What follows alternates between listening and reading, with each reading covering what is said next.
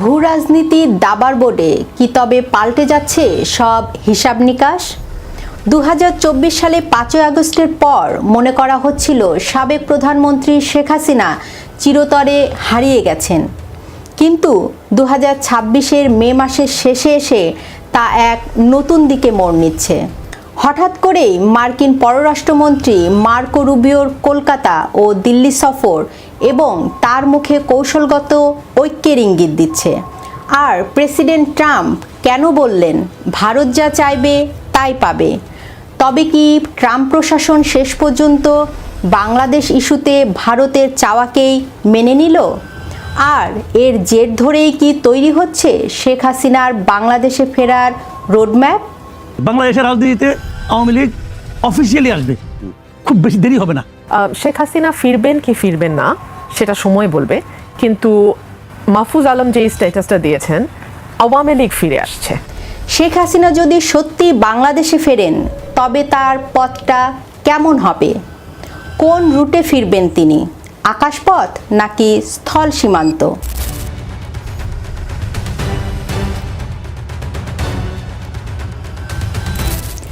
ঘটনার সূত্রপাত মার্কিন পররাষ্ট্রমন্ত্রী মার্কো রুবিওর এক আকস্মিক সফরের মধ্যে দিয়ে। সচরাচর কোনো দেশের পররাষ্ট্রমন্ত্রী ভারতে আসলে তার সফর শুরু হয় রাজধানী নয়াদিল্লি থেকে, কিন্তু রুবিও সবাইকে চমকে দিয়ে প্রথমে পা রাখলেন পশ্চিমবঙ্গে, অর্থাৎ কলকাতায়। সেখানে বিজেপি সরকার গঠন করেছে আর মুখ্যমন্ত্রী হয়েছেন শুভেন্দু অধিকারী। হাসিনা ওয়াজেদ প্রধানমন্ত্রী হিসেবে ঢাকাতে শাহজালাল এয়ারপোর্টে নামবেন, স্যালুট দিয়ে নিয়ে যেতে হবে। যিনি কট্টর শেখ হাসিনা সমর্থক। মার্কো রুবিওর 4 দিনের ভারত সফরে তিনি বৈঠক করেছেন দেশটির প্রধানমন্ত্রী নরেন্দ্র মোদী, জাতীয় নিরাপত্তা উপদেষ্টা অজিত ডোভাল এবং পররাষ্ট্রমন্ত্রী এস জয়শঙ্করের সাথে। এস জয়শঙ্করের সাথে বৈঠক শেষে রুবিও যা বলেছেন তা ঢাকার রাজনীতিতে এক তীব্র কম্পন সৃষ্টি করেছে। রুবিও সাফ জানিয়েছেন ভারত মার্কিন সম্পর্ক তার গতি হারায়নি। আগামী বছরগুলোতে ভারত যুক্তরাষ্ট্র সম্পর্ক আরও অনেক বেশি শক্তিশালী হয়ে উঠবে। তিনি বলেন যুক্তরাষ্ট্র আশা করে যে 2 দেশের মধ্যে দীর্ঘদিনের অমীমাংসিত বাণিজ্য চুক্তিটি শীঘ্রই সম্পূর্ণ হবে। তিনি যোগ করেন প্রায় সমস্ত গুরুত্বপূর্ণ বৈশ্বিক ইস্যুতে উভয় পক্ষই কৌশলগতভাবে একমত। আরেকটি ঘটনাও তাৎপর্যপূর্ণ। যুক্তরাষ্ট্রের স্বাধীনতার ঘোষণার 250তম বার্ষিকী উপলক্ষে দিল্লিতে আয়োজিত এক অনুষ্ঠানে ফোনে সরাসরি যুক্ত হয়ে মার্কিন প্রেসিডেন্ট ডোনাল্ড ট্রাম্প বলেন ভারত ও যুক্তরাষ্ট্রের সম্পর্ক এখন আগের যে কোনো সময়ের চেয়ে বেশি ঘনিষ্ঠ। ভারত যা চাইবে তাই পাবে। বিশ্লেষকরা বলছেন রুবিও এবং ট্রাম্পের এই মন্তব্য বাংলাদেশের প্রেক্ষাপটে অত্যন্ত তাৎপর্যপূর্ণ। মনে করে দেখুন 2025 সালের 14ই ফেব্রুয়ারি হোয়াইট হাউসে যখন নরেন্দ্র মোদী মার্কিন প্রেসিডেন্ট ডোনাল্ড ট্রাম্পের সঙ্গে দেখা করেছিলেন, তখন মোদী স্পষ্ট করে বলেছিলেন বাংলাদেশে শেখ হাসিনা সরকারের পতনের পর সেখানে চরমপন্থার উত্থান ঘটেছে, যা ভারতের জাতীয় নিরাপত্তার জন্য হুমকিস্বরূপ। এমনকি পাকিস্তানের গোয়েন্দা সংস্থা আইএসআই বাংলাদেশের মাটি ব্যবহার করে ভারতের নাশকতার চেষ্টা করছে। The Prime Minister has been working on for a long time and has been worked on for hundreds of years, frankly. I've been reading about it. But I will leave Bangladesh to the Prime Minister. সেদিন Trump বলেছিলেন বাংলাদেশের issue তিনি প্রধানমন্ত্রী মোদির ওপরেই ছেড়ে দেবেন, কিন্তু এরপর পানি অনেক দূর গড়িয়েছে। নানা ইস্যুতে ওয়াশিংটন নয়াদিল্লি সম্পর্কে কিছুটা শীতলতা দেখা গেছে। তাহলে এখন কেন হঠাৎ ট্রাম্প প্রশাসন সুর নরম করল? এর উত্তর লুকিয়ে আছে মধ্যপ্রাচ্যে। ইরান যুদ্ধে এই মুহূর্তে আমেরিকা বড় ধরনের কূটনৈতিক ও সামরিক চাপে রয়েছে। এই বৈশ্বিক সংকটে ভারতের নিঃস্বার্থ সমর্থন ওয়াশিংটনের বড্ড প্রয়োজন। আর সে কারণেই কি বাংলাদেশ ইস্যুতে দিল্লির আওয়ামী লীগকে ফেরানোর নীতিতে সবুজ সংকেত দিয়ে দিল আমেরিকা? আমেরিকার গ্রিন সিগন্যাল পাচ্ছেন তা আগেই হয়তো জেনেছিলেন শেখ হাসিনা, আর তাই নিজেই ঘোষণা দিয়েছেন তিনি মাথা উঁচু করে দেশে ফিরবেন। শুধু শেখ হাসিনাই নয়, বর্তমান সরকারও হয়তো জেনে গেছে, তাই স্বরাষ্ট্রমন্ত্রীর কণ্ঠে ভিন্ন সুর। আমরা এখনো চাই আইনানুগ প্রক্রিয়ায় তিনি এক্সট্রাডিশন চুক্তি in between extradition treaty in between two কান্ট্রিজে এই বিধান মতে ভারত সরকার তাকে ফেরত পাঠাবেন। আমরা তো চাই তাকে তিনি বিচারের মুখোমুখি হন। একই কথা শোনা গেছে ডক্টর ইউনূসের পররাষ্ট্র উপদেষ্টা তৌহিদ হোসেনের কণ্ঠে। তিনি বলেছেন আওয়ামী লীগ ফিরবে। আমি বিশ্বাস করি যে তারা রাজনীতিতে ফিরে আসবে এবং আমার অনুমান তারা দেশের আগামী নির্বাচনে অংশ নেবে। কিন্তু প্রশ্ন হলো কিভাবে ফিরবেন? আইনি এবং রাজনৈতিক জটিলতার বেড়াজাল টপকে তিনি কিভাবে দেশে পা রাখবেন? রাজনৈতিক পর্যবেক্ষকদের মতে শেখ হাসিনার ফেরার সামনে এখন মূলত দুটি পথ খোলা রয়েছে। চলুন আলোচনা করা যাক প্রথম এবং সবচেয়ে আলোচিত রোডম্যাপ নিয়ে। এটি হলো দিল্লি টু ঢাকা আকাশপথ, যা সম্পন্ন হতে পারে সম্পূর্ণ সামরিক ও কূটনৈতিক সুরক্ষায়।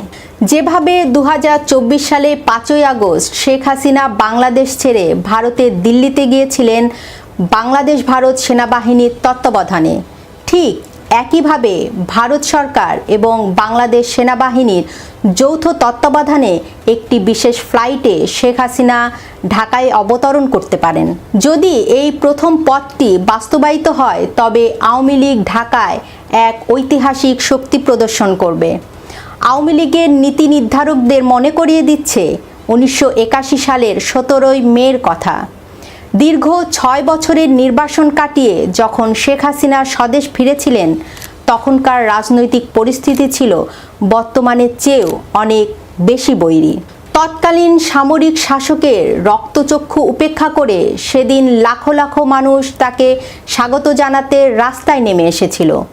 আওয়ামী লীগের শীর্ষ নেতাদের দাবি 2026 সালের এই প্রেক্ষাপটে শেখ হাসিনা যখন ঢাকার মাটিতে নামবেন, তখন ঢাকা পরিণত হবে মহাসমুদ্রে।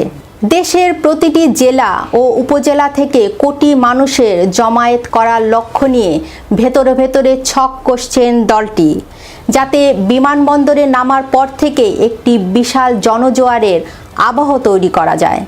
এবার আসা যাক দ্বিতীয় পথ। এটি আরও বেশি নাটকীয় এবং মাঠ পর্যায়ের রাজনৈতিক শক্তির ওপর নির্ভরশীল। এই রুটটি হলো পশ্চিমবঙ্গের পেট্রাপোল এবং বাংলাদেশের বেনাপোল স্থল সীমান্ত দিয়ে। এই প্রক্রিয়ার পেছনে ভারতের কেন্দ্রীয় সরকারের পাশাপাশি পশ্চিমবঙ্গের অভ্যন্তরীণ রাজনীতির সমীকরণও জড়িয়ে রয়েছে। পশ্চিমবঙ্গের নতুন মুখ্যমন্ত্রী শুভেন্দু অধিকারীর প্রত্যক্ষ তত্ত্বাবধানে এই সীমান্ত পার হতে পারেন শেখ হাসিনা। যদি এই রুটটি ব্যবহার করা হয়, তবে দৃশ্যপট কেমন হবে? পরিকল্পনা অনুযায়ী সীমান্তের ওপারে অর্থাৎ ভারতের পেট্রাপলে শুভেন্দু অধিকারীর নেতৃত্বে কয়েক লাখ মানুষের এক বিশাল বিদায় সম্বর্ধনা তৈরি করা হতে পারে। আর এপারে অর্থাৎ বাংলাদেশের বেনাপোলে শেখ হাসিনাকে স্বাগত জানাতে প্রস্তুত থাকবে যশোর, ফরিদপুর, রাজবাড়ী এবং গোপালগঞ্জের কোটি কর্মী সমর্থক। সীমান্ত পার হয়ে শেখ হাসিনা সড়ক পথে প্রথম রওনা হবেন গোপালগঞ্জের উদ্দেশ্যে। তখন পুরো মহাসড়ক জুড়ে এক অভূতপূর্ব মানবিক প্রাচীর তৈরি করার ছক রয়েছে দলটির। টুঙ্গিপাড়ায় বঙ্গবন্ধু শেখ মুজিবুর রহমানের কবর জিয়ারত করবেন। এরপর তিনি ফিরবেন ঢাকায়। রাজনৈতিক বিশ্লেষকদের মতে এই রুটটি ব্যবহার করলে শেখ হাসিনা তার মাঠ পর্যায়ে রাজনৈতিক শক্তি সরাসরি প্রদর্শন করতে পারবেন, যা বর্তমান সরকার এবং বিরোধী দলের ওপর চাপ সৃষ্টি করবে। এখন প্রশ্ন উঠতে পারে, শেখ হাসিনা বর্তমানে একাধিক মানবতা বিরোধী অপরাধ এবং হত্যা মামলার আসামি, ফাঁসির সাজাও হয়েছে। আইন অনুযায়ী তিনি বাংলাদেশের মাটিতে পা রাখা মাত্রই তাকে গ্রেপ্তার করার কথা। তাহলে এই আইনি জটিলতা কিভাবে কাটবে? তিনি কি দেশে ফিরেই কারাগারের মুখোমুখি হবেন?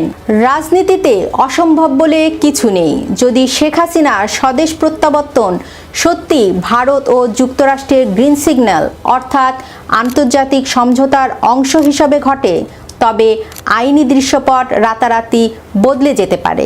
2024 সালে 5ই আগস্টের পর যেভাবে বিএনপি চেয়ারম্যান এবং বর্তমান প্রধানমন্ত্রী তারেক রহমান সহ বিএনপি ও জামায়াতের শীর্ষ নেতাদের একাধিক সাজা, এমনকি ফাঁসির রায় ও যাবজ্জীবন কারাদণ্ড রাতারাতি বাতিল ও স্থগিত হয়ে গেছে, ঠিক একই আইনি পথ বা রাষ্ট্রপতির অধ্যাদেশ ব্যবহার করে শেখ হাসিনার মামলা এবং সাজাগুলো আইনি প্রক্রিয়ার মাধ্যমে প্রত্যাহার বা বাতিল করে দেওয়া হতে পারে।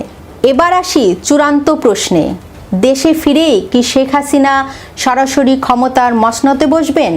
আন্তর্জাতিক মহলের একাংশের প্রচ্ছন্ন গ্রিন সিগন্যাল এবং যদি মাঠ পর্যায়ে কোটি মানুষের জনসমর্থন তিনি দেখাতে পারেন, তবে তিনি পুনরায় রাষ্ট্র পরিচালনায় সরাসরি ভূমিকা নিতেও পারেন।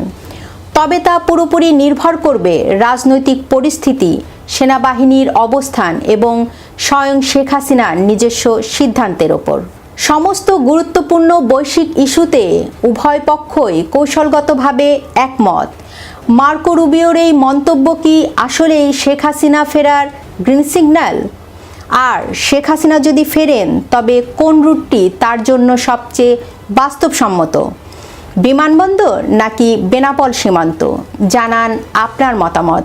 ভিডিওটি শেয়ার করুন, লাইক দিন, সম্ভব হলে চ্যানেলটি সাবস্ক্রাইব করুন। এতক্ষণ সঙ্গে থাকার জন্য ধন্যবাদ। বাংলাদেশের রাজনীতিতে আওয়ামী লীগ অফিসিয়ালি আসবে, খুব বেশি দেরি হবে না।